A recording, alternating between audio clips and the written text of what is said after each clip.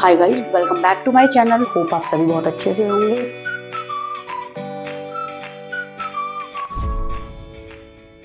Hi students, a very warm welcome to my channel. Hope आप सभी बहुत अच्छे से होंगे। बेटा, आज की वीडियो क्लास 12th के स्टूडेंट्स के लिए और आज मैं आपको पार्ट 3 गवर्नमेंट बजट चैप्टर को कराने जा रही हूँ, that is from macroeconomics. और जैसे कि अभी तक हमने ऑब्जेक्टिव्स बेटा जी, capital receipt, capital expenditure, revenue receipt, revenue expenditure, ये सब पढ़ लिया था, जो कि बोर्ड एग्जाम के लिए काफी इंपॉर्टेंट था। शुरू की 2 वीडियो बहुत अच्छे से देखिएगा बेटे, नोट्स बनाइएगा एंड देन उसको लर्न करिएगा और अपने फ्रेंड्स के साथ इन वीडियो को जरूर शेयर करिएगा। चलिए हम स्टार्ट करने जा रहे हैं आज पार्ट 3। और आज पार्ट 3 का मैंने आपको रेवेन्यू रिसिप्ट बता दिया था क्या चीज होती है। आज हम थोड़ा सा और पढ़ेंगे उसके बारे में। देखिए, रेवेन्यू रिसिप्ट जो मैंने आपको बताया था क्या था, all such money receipt of the government are called revenue receipt, जो 2 कैरेक्टरिस्टिक शो करेंगे। पहला मैं पढ़ा चुकी हूँ लास्ट वीडियो में, एक बार रिवाइज करा रही हूँ क्योंकि इसका थोड़ा सा आगे पार्ट और पढ़ाऊंगी। These receipts do not create any corresponding liabilities for the government। ये ऐसी रिसिप्ट है, रिसिप्ट का मतलब होता है रिसीवेबल अमाउंट। ये रिसिप्ट क्रिएट नहीं कर रही है any liability for the government. Liability का मतलब होता है उधार। क्यों? टैक्स रिसिप्ट, टैक्स क्या है? एक रिसीवेबल अमाउंट है जो गवर्नमेंट रिसीव करेगी पैसा। टैक्स कंपलसरी पेमेंट होता है, जो लोगों को करना ही होता है गवर्नमेंट को पे। ठीक है बेटा, जिस पे टैक्स लगेगा वो सरकार को टैक्स पे करेगा ही करेगा। Tax is a unilateral one sided compulsory payment जो सरकार को करनी होती है। These receipt do not cause any reduction in the assets of the government. जब सरकार के पास पैसा आ रहा है इन दी फॉर्म ऑफ टैक्स, तो जो जितने भी सरकार के पास उसके एसेट्स हो गए, ठीक है बेटा, फॉर एग्जाम्पल शेयर्स हो गया, ठीक है, तो वो क्या चीज होगा, कहीं ना कहीं रिडक्शन उसमें नहीं होगा। अब देखिए, जैसे इनकम फ्रॉम पब्लिक एंटरप्राइजेस, पैसा आ रहा है ना, income from public enterprises, gifts हो गए, डोनेशन हो गई, ग्रांट्स हो गए, जो रिसीव कर रहा है गवर्नमेंट, जो कि क्या होता है, one sided payment in the form of gifts, donation. ठीक है, तो क्या चीज करता है, ये जो हमारी गवर्नमेंट होती है सोशल वेलफेयर एक्टिविटीज में इसको यूज करती है, जो पैसा कलेक्ट होता है in the form of taxes etcetera. ठीक है, अब एक चीज ध्यान से सुनिए, revenue receipt are broadly classified as, revenue receipt 2 part में डिवाइड है। एक है आपका टैक्स रिसिप्ट, दूसरा आपका क्या है, नॉन टैक्स रिसीट। याद रखिएगा, टैक्स रिसीट क्या होता है, रिसीट का मतलब याद रखना रिसीवेबल अमाउंट, जैसे टैक्स की फॉर्म में सरकार को पैसे मिल रहे होते हैं। ठीक है, अब देखिए tax receipt, tax is a compulsory payment to the government by the household, firms और other institutional unit. Tax compulsory payment है, जिस इंस्टीट्यूशन पे, जिस हाउस होल्ड यानी हाउस पे, जैसे हाउस टैक्स होता है, जिस फर्म पे टैक्स लगेगा उसको पे करना ही पड़ेगा। The tax payer can not expect any service और benefit from the government in return. बेटा जी, जो टैक्स पे करेगा सरकार उसको बदले में कुछ नहीं देगी। ऐसा थोड़ा ना होगा ये कहा जाएगा कि आप टैक्स पे करिए, हम बदले में आपको कुछ गिफ्ट देंगे, ऐसा नहीं होगा। टैक्स कंपलसरी पेमेंट है, वन साइडेड पेमेंट है, जिस पे टैक्स लगेगा, वेदर इट में be a firm, house hold यानी हाउस टैक्स वगैरह हो गया, या कोई भी इंस्टीट्यूशन हो गया, जिस पे टैक्स लगेगा वो टैक्स पे करेगा ही करेगा। चले बेटा जी आगे देखते हैं। अब है टैक्स 2 तरह का है, एक है प्रोग्रेसिव टैक्स, दूसरा है रिग्रेसिव टैक्स। देखिए प्रोग्रेसिव टैक्स क्या होता है, a tax is said to be progressive when the rate of tax increases with the increase in income. जैसे जैसे याद रखिएगा इनकम इंक्रीज होती जाएगी, वैसे वैसे टैक्स रेट भी बढ़ता जाएगा। सपोज करो किसी की इनकम आज ए इज अ पर्सन जिसकी इनकम 1 लाख है, 5% टैक्स पे करता है।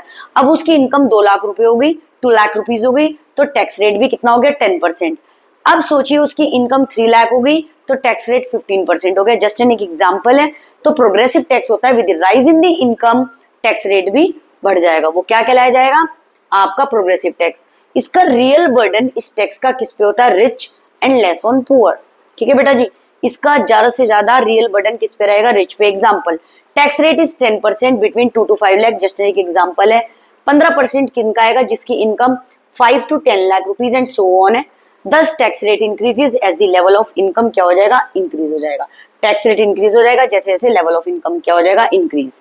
दूसरा होता है regressive tax. A tax is said to be regressive when it causes greater real burden on the poor than the rich. जिसका रियल बर्डन बेटा जी किस पे है, पुअर पे है then rich.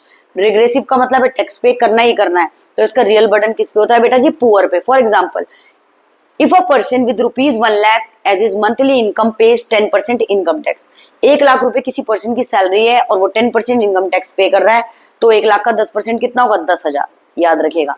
He still has a balance of 90,000 per month, 90,000 आज भी उसके पास है। But if a person with ₹5,000 as his monthly income, कोई बहुत पुअर है और उसकी मंथली इनकम 5,000 में आज के टाइम में कुछ नहीं होता, 5,000 उसकी मंथली इनकम है एंड हैज टू पे 10% इनकम टैक्स और पेज 500, 500 रुपए उसे पे करने ही करने हैं, तो it might mean cut in his essential consumption leading to poor diet. उसकी असेंशियल कंजप्शन जो बहुत जरूरी कंजप्शन है उसमें से क्या हो सकता है बेटा जी, पैसे कट हो सकते हैं जिससे वो पुअर डाइट ले सकता है, उसकी पुअर हेल्थ हो सकती है। कोई 5,000 कमा रहा है उसके लिए तो 500 रुपए भी बहुत ज्यादा है। तो thus it causes greater real burden on the poor than the rich. तो ग्रेटर रियल बर्डन किस पे है, पुअर पे, क्योंकि रिग्रेसिव टैक्स है, पुअर पे लगा है, वो पे करना ही करना है उसको। ठीक है बेटा, क्योंकि जो 1,00,000 रुपए जिसकी सैलरी है उसे 10% टैक्स पे करना है, तब भी 90,000 उसके पास है ना। लेकिन अगर किसी की 5,000 सैलरी है, 10% पे कर रहा है 500, तो उसके एसेंशियल एलिमेंट ऑफ लाइफ कुछ ना कुछ कम हो सकते हैं ना। चलिए, चलो भाई, प्रोग्रेसिव और रिग्रेसिव भी हो गया। अब आ जाइए नॉन टैक्स रिसीट। अभी तक तो टैक्स की फॉर्म में हम पैसे की बात कर रहे थे, अब है अदर देन टैक्सेस, जो रिसीव हो रहा हो पैसा, किसको, सरकार को, गवर्नमेंट को। नॉन टैक्स रिसीट का मतलब ये होता है अदर देन टैक्सेस, जो सरकार को पैसा मिल रहा है, कहां से मिल रहा है वो बताऊंगी। देखिए, these are those receipt which arises from the source other than the taxes. ये ऐसे रिसीवेबल अमाउंट है जो अदर देन टैक्सेस मिल रहे हैं सरकार को, गवर्नमेंट को। कौन कौन से हैं, पहला ध्यान से देख लीजिए, फीस। अब फीस क्या होता है ma'am, fees is a payment to the government for the services that it renders to the people. Render का मतलब होता है प्रोवाइड, याद रखिएगा। ऐसी सर्विसेज जो सरकार लोगों को प्रोवाइड कर रही हो, जैसे for example land registration fees. अगर आपने सुना भी हो कि आपके घर में आपके फादर बोल रहे हो जमीन का बेनामा करवाना है, तो उसकी क्या होगी, सरकार क्या करेगी, फीस चार्ज करेगी, लैंड रजिस्ट्रेशन फीस। अगर आपके पापा ने कोई जमीन खरीदी है तो लैंड रजिस्ट्रेशन फीस बेनामा करवाने के लिए। पासपोर्ट फीस, अगर आप पासपोर्ट बनवाते हैं तो सरकार को उसकी एक फीस पे करी जाएगी। नेक्स्ट है birth and death certificate fees.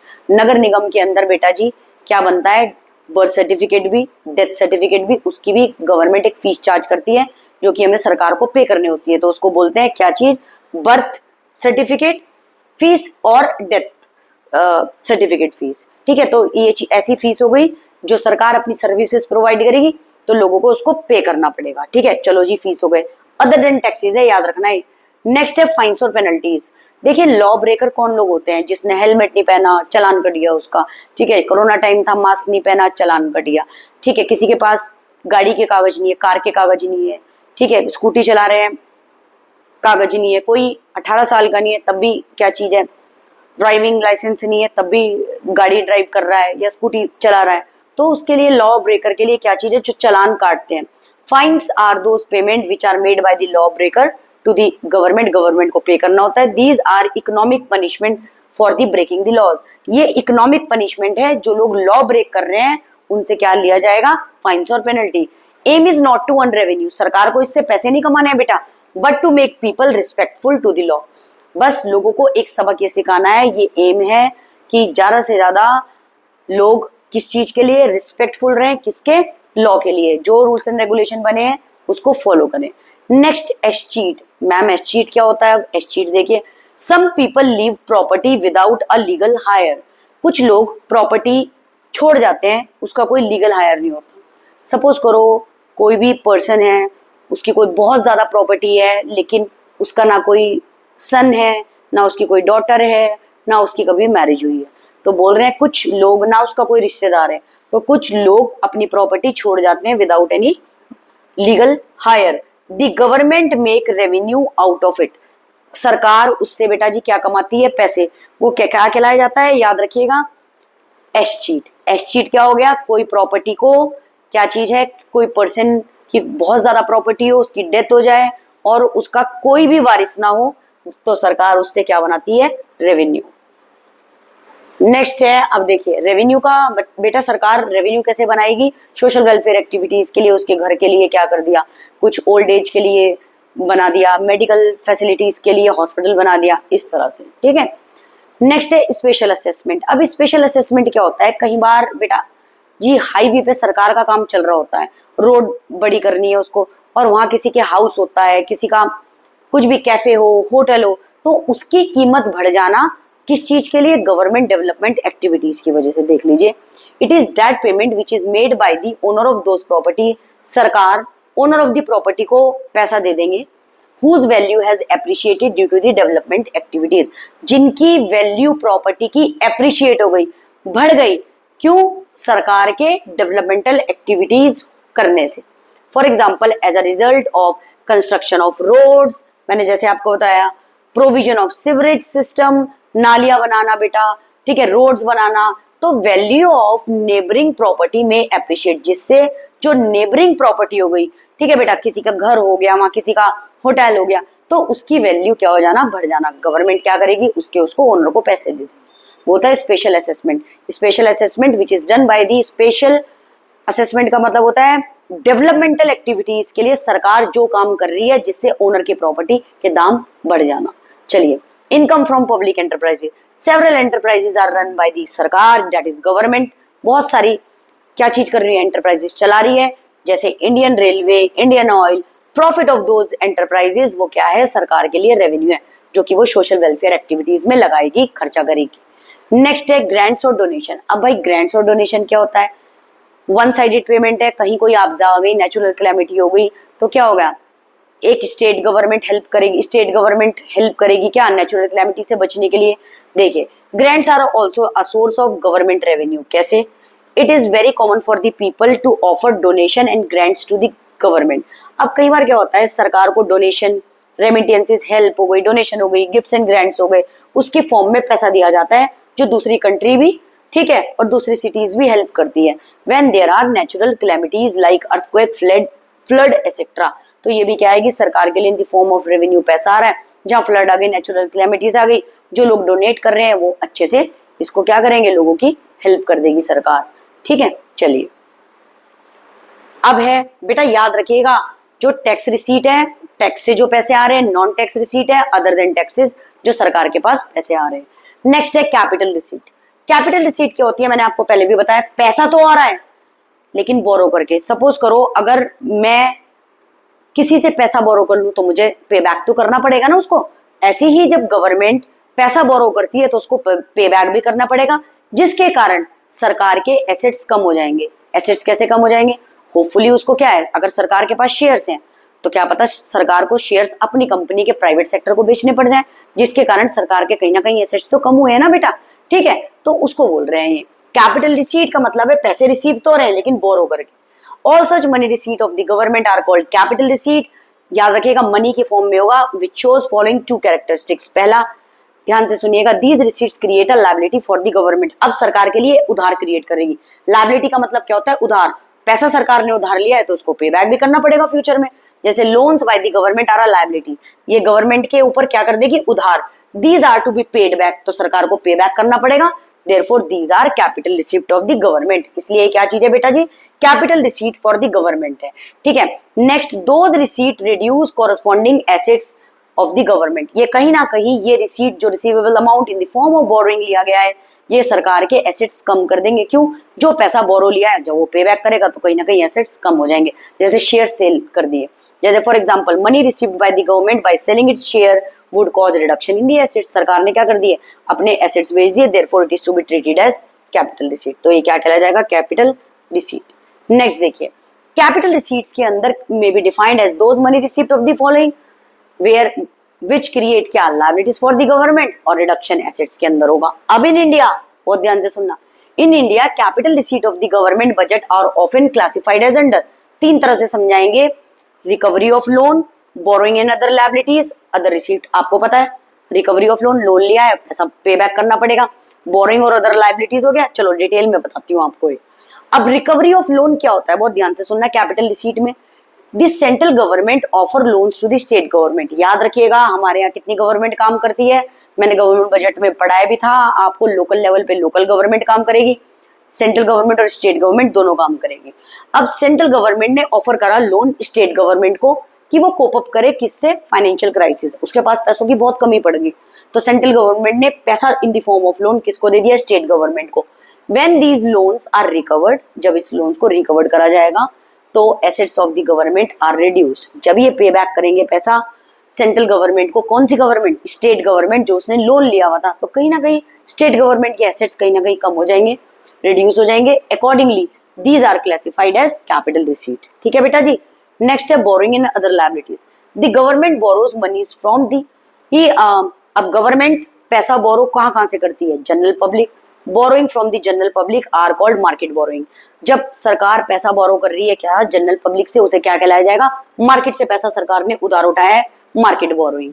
Reserve Bank of India that is central bank या आरबीआई, सेंट्रल बैंक या फिर आरबीआई, यहां से पैसा उधार ले सकते हैं लोन की फॉर्म में। Rest of the world, rest of the world कहीं से भी पैसा बोरो कर सकती है, लेकिन अगर पैसा लिया है तो पैसा पे बैक भी करेंगे। अब देखिए, वाइल लैंडिंग क्रिएट्स एसेट्स, ध्यान से सुन लीजिएगा, lending creates assets, borrowing creates liabilities. जब पैसा सरकार के पास बोरो करने के पास आएगा तो उससे क्या होगा, कैश आएगा, लेकिन लायबिलिटी जब वो लेंगे तो क्या हो जाएगा, वो बोरो जब करेंगे पैसा तो क्या हो जाएगा, इट क्रिएट्स लायबिलिटी यानी उधार। Accordingly borrowing are to be treated as capital receipt. तो बोरोइंग क्या कहलाया जाएगा बेटा जी, कैपिटल रिसीट, क्योंकि बोरो करा हुआ पैसा वापस देना पड़ता है। ठीक है, जब हम किसी को पैसा उधार में देते हैं तो हमारे पास तो पैसा वापस आना है। ठीक है, तो वो क्या चीज होता है, एसेट्स बढ़ना। लेकिन जब हम पैसा बोरो करते हैं वो एक लायबिलिटी होता है, और सरकार पैसा बोरो कर रही है तो वो किस में आएगा, कैपिटल रिसीट में। आई होप आपको अच्छे से क्लियर हो गया हो। अदर रिसीट क्या होता है, this include items like disinvestment, it is the opposite of investment. Disinvestment होता है जब पैसा ना लगाना, और इन्वेस्टमेंट का मतलब पैसा लगाना। डिसइन्वेस्टमेंट वहां अकर होता है when the government sell off its share of public sector. अब गवर्नमेंट ने अपनी एंटरप्राइजेस के शेयर्स, अपनी फर्म के शेयर्स किसको बेच दिए बेटा, प्राइवेट सेक्टर को। तो money received through disinvestment is treated as capital receipt. अब डिसइन्वेस्टमेंट अकर वहां क्या हो जाएगी, जब सरकार ने क्या चीज कर दिया, पैसा तो लगाया नहीं उन एंटरप्राइजेस में। अब किसी एंटरप्राइजेस में कई बार बहुत बार लॉस होता है, तो वो क्या चीज करते हैं, और पैसा सरकार ने कहीं और से बोरो करा हुआ है तो पे बैक तो करना ही पड़ेगा। तो सरकार उस केस में अपनी कंपनी के शेयर किसको दे देगी, प्राइवेट वालों को, डिसइन्वेस्टमेंट कर देगी उस कंपनी के अंदर। ठीक है, तो money receive through disinvestment is treated as what, capital receipt, because it causes reduction in the assets of the government. अब देखिए, बहुत ध्यान से देखना बेटा जी, पब्लिक सेक्टर एंटरप्राइजेस को किस में कन्वर्ट कर दिया गया, उसके शेयर्स बेच के प्राइवेट वालों को दे दिया गया। तो इट कॉजेज कहीं ना कहीं क्या हो गया, सरकार के रिडक्शन तो है ही एसेट्स में, तो इसलिए क्या कहलाया जाएगा, याद रखिएगा, मनी रिसीव थ्रू डिसइन्वेस्टमेंट किस में जाएगा, कैपिटल रिसीट में। अब आ जाइए टाइप्स ऑफ बजट, बहुत ध्यान से देखिएगा। टाइप्स ऑफ बजट में क्या होता है, बैलेंस बजट क्या होता है। बैलेंस का मतलब क्या चीज है, जहां पे गवर्नमेंट रिसीट यानी रिसीट रिसीवेबल अमाउंट देन किसके इक्वल हो जाए, गवर्नमेंट एक्सपेंडिचर, जितना अमाउंट आप रिसीव कर रहे हैं उतना आप खर्चा कर दें, तो वो कहता है बैलेंस बजट। मेरिट क्या होता है, government does not indulge in wasteful expenditure. Government कभी भी फालतू का खर्चा नहीं करती। ताकि क्यों नहीं करती बेटा, क्योंकि उसको क्या चाहिए, इट एंश्योर्स फाइनेंशियल स्टेबिलिटी, ताकि एक ठहराव, एक बैलेंस बना रहे। और बैलेंस कैसे बना रहेगा, जब रिसीट, गवर्नमेंट रिसीट किसकी हो, इक्वल हो government expenditure. It signal fiscal discipline in the economy, जिससे क्या हो, एक साल के लिए, फिस्कल मतलब 1 ईयर, एक डिसिप्लिन बना रहे इकोनॉमी के अंदर। Demerit, it does not offer any solution to unemployment, ये किसी अनएम्प्लॉयमेंट का सोल्यूशन नहीं देता। It does not related to growth in less developed country, ये रिलेटेड किस चीज से नहीं है, growth in less developed country. याद रखिएगा, बैलेंस बजट तो बस क्या चीज है, government receipt is equal to government expenditure. Just a read topic है, कर लीजिएगा, मैंने मेरिट डीमेरिट भी बता दी आप लोगों को। अनबैलेंस बजट क्या होगा, बहुत ध्यान से सुनना, जहां पे रिसीट इज ग्रेटर देन क्या हो, एक्सपेंडिचर। ध्यान से देखिए, रिसीवेबल अमाउंट ज्यादा है, खर्चा कम है, तो it is that budget in which receipt and expenditure of government are not equal, वो इक्वल नहीं है। इट में भी सिचुएशन कौन सी हो गई आपकी, सरप्लस। सरप्लस का मतलब है पैसे रिसीव ज्यादा हो रहे हैं, खर्चा कम हो रहा है।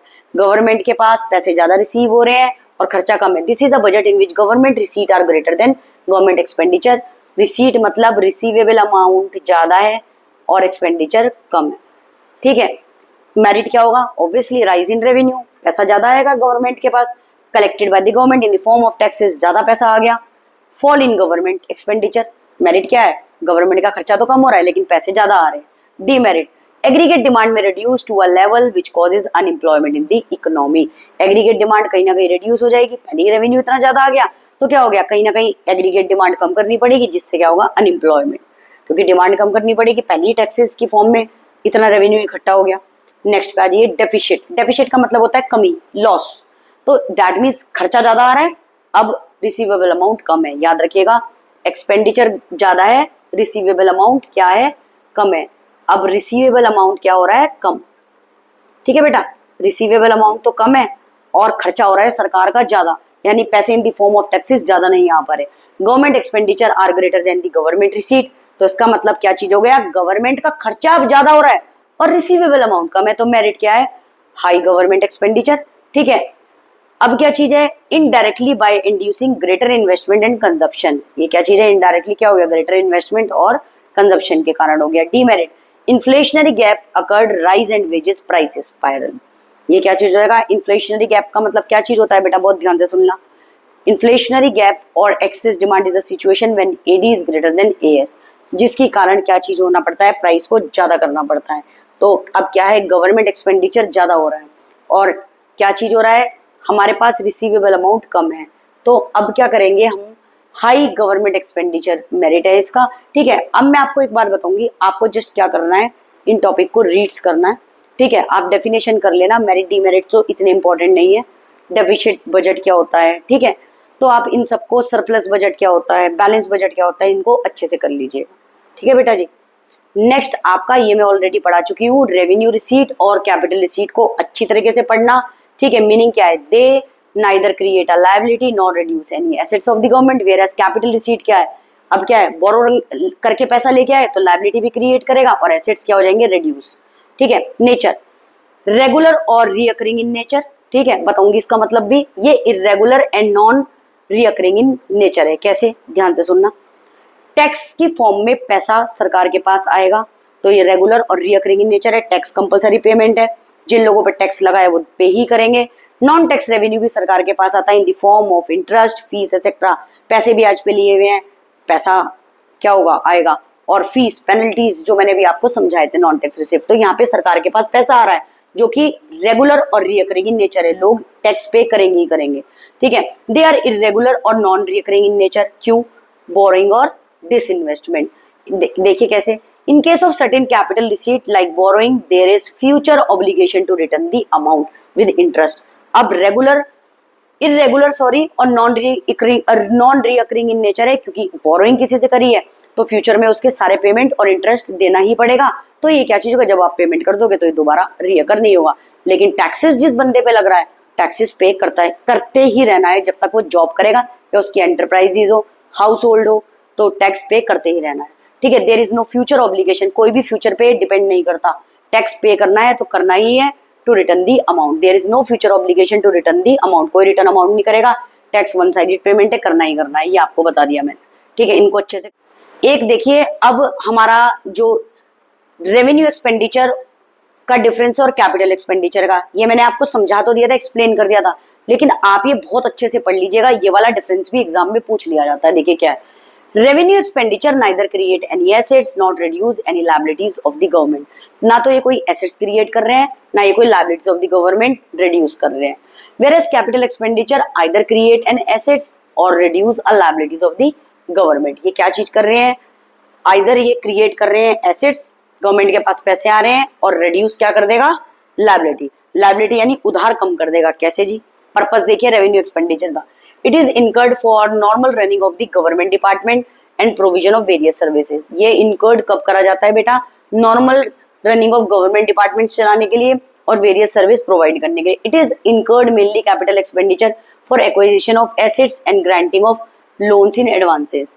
ठीक है, बताऊंगी इसका मतलब भी क्या चीज होता है, nature. It is recurring in nature, as such expenditure is spent by government on day to day activities. ध्यान से सुनिए, ये रीअकरिंग इन नेचर है क्योंकि इसके अंदर जो खर्चा कर रहे हैं वो किस पे है, डे टू डे एक्टिविटीज पे, जैसे एग्जांपल सैलरी, पेंशन, इंटरनेट। ठीक है, ध्यान से देखिएगा, पर्पस क्या है, it is incurred for normal running of the government department and provision of various services. ठीक है, वेरियस सर्विसेज, सैलरी पे करनी पड़ेगी, इसके अंदर गवर्नमेंट डिपार्टमेंट है और वेरियस सर्विसेज, ठीक है, वो प्रोवाइड कर रहे हैं, तो सैलरी, पेंशन, इंटरेस्ट, क्योंकि सरकार चला रही है डिपार्टमेंट। दूसरा आइए देखिए, it is incurred mainly for the एक्वाइजिशन of assets, assets लेने के लिए, granting of loans in advances, जैसे क्या चीज है, अगर लोन वगैरह लिया रीपेमेंट करनी पड़ेगी। ठीक है, तो उससे क्या होगा, सरकार का उधार कम होगा। Expenditure on एक्वाइजिशन of capital assets, क्या चीज है, कुछ एसेट्स वगैरह खरीदने के लिए। तो क्या चीज होगा, इसमें लोन्स वगैरह भी लेना पड़ेगा, इसलिए नॉन रिकरिंग इन नेचर है। एक बार ले लिया उसके बाद दोबारा पे नहीं करनी पड़ेगा। कैसे, आपने लोन लिया, लोन को उतार दिया पूरा का पूरा, उसके बाद दोबारा लोन तो नहीं लिया, ठीक है। तो ये क्या चीज है, रीपेमेंट ऑफ बोरोइंग्स, एक्सपेंडिचर, ये सब होगा नॉन रिकरिंग इन नेचर है। लेकिन ये क्या है, सैलरी पर मंथ देनी पड़ेगी। लोन एक बार आपने खत्म कर दिया, पे कर दिया, उसको दोबारा देने की जरूरत नहीं है, चलता थोड़ा ना रहेगा वो, ठीक है बेटा। तो रेवेन्यू एक्सपेंडिचर, कैपिटल एक्सपेंडिचर अच्छे से पढ़ लीजिएगा, समझा दिया है मैंने। जो पैराग्राफ में लिखा है उसको अगर टेबुलर फॉर्म में बनाना चाह रहे होगे तो बना लेना, वैसे मैंने दोनों आपको बता दिया, बहुत अच्छे से पढ़ना, ठीक है। चैप्टर बहुत अच्छा है। अब आपको इसके बाद सिर्फ जो आपका रह जाएगा वो है फिस्कल डेफिशिएट वाला पॉइंट, इसके न्यूमेरिकल भी करा दूंगी, ठीक है बेटा। ये कराने के बाद ये चैप्टर डी एंड हो जाएगा। एग्जाम में 6 मार्क्स का दिखाया हुआ है, बहुत अच्छे से करके जाना।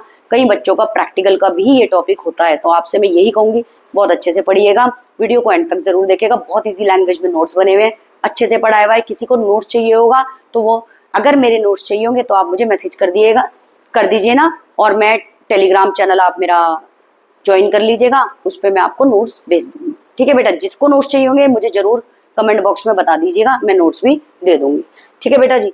अब नेक्स्ट आपको यही बोलूंगी, फिस्कल डेफिशिएट हम करेंगे अपनी नेक्स्ट वीडियो में। टिल देन अच्छे से नोट्स बना के लर्न करना। Thank you so much for watching my video. Support ऐसे ही करते रहना और वीडियो को फ्रेंड्स के साथ भी शेयर करना। Thank you.